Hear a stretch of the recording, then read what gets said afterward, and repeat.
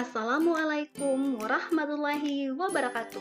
Bertemu lagi dengan saya Rahmil Humera. Kali ini kita akan membahas tema 4 subtema 3 pembelajaran 4. Nah, coba kalian lihat gambar ini. Ya, ini adalah gambar sebuah desa yang asri, indah, bersih, dan sejahtera. Nah, desa yang bersih dan sejahtera ini pastilah tidak luput dari campur tangan seorang kepala desa. Nah, apa itu kepala desa dan apa saja tugas-tugasnya? Mari kita intip. Wah, ternyata kepala desa adalah pejabat pemerintah desa yang mempunyai wewenang, tugas dan kewajiban untuk menyelenggarakan rumah tangga desanya dan melaksanakan tugas dari pemerintah dan pemerintah daerah. Nah, lalu apa tugas kepala desa? Ya, tugas kepala desa seperti menyelenggarakan pemerintahan, seperti tata praja pemerintahan, penetapan peraturan desa, pembinaan masalah pertanahan, pembinaan ketentraman dan ketertiban, melakukan upaya perlindungan masyarakat, administrasi kependudukan, pernyataan dan pengelolaan wilayah, melaksanakan pembangunan seperti pembangunan sarana dan prasarana pedesaan, pembangunan bidang pendidikan dan kesehatan. Selain itu, kepala desa juga berfungsi secara sosial ekonomi, politik, lingkungan hidup, pemberdayaan keluarga, pemuda, olahraga, dan karang taruna. Fungsi lainnya adalah membangun hubungan kemitraan dengan lembaga lainnya. Nah, sekarang mari kita membaca sebuah bacaan tentang kondisi di sebuah desa dan bagaimana peran seorang kepala desa di dalamnya. Yuk kita baca sama-sama. Pentingnya budaya tegur sapa. Senangnya tinggal di kampung Serehwangi. Kedekatan hubungan antar warga membuat mereka saling menjaga. Tidak semua warga kampung Serehwangi merupakan penduduk asli. Sebagian warga merupakan pendatang. Mereka masuk ketika kampung ini dibuka sebagai wilayah transmigrasi. Walau demikian, perbedaan asal-usul tidak merenggangkan kedekatan mereka.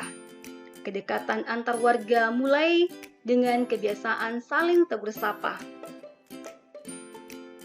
Ketika berpapasan di lorong antar rumah, di jalan, atau di pasar, tak pernah terlewat untuk saling menegur.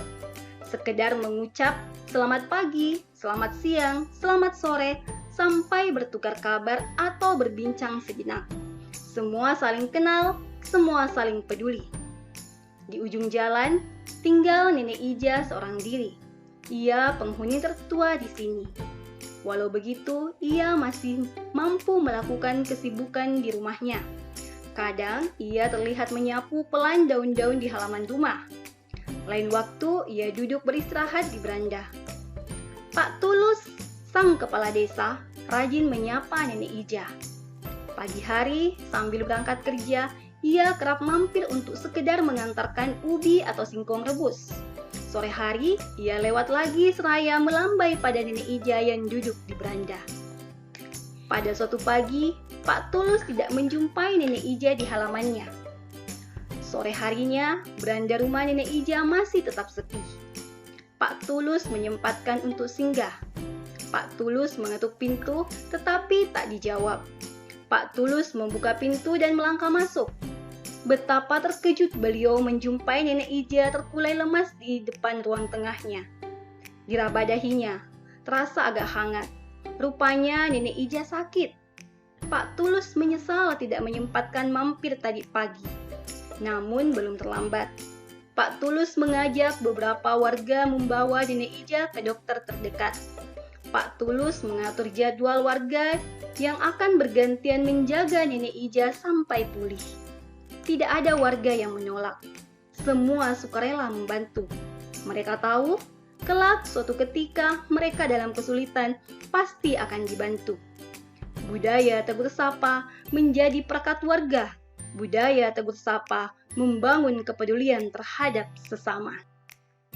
Nah, setelah membaca bacaan tadi, kita dapat menyimpulkan bahwa setiap orang haruslah peduli dengan orang lain.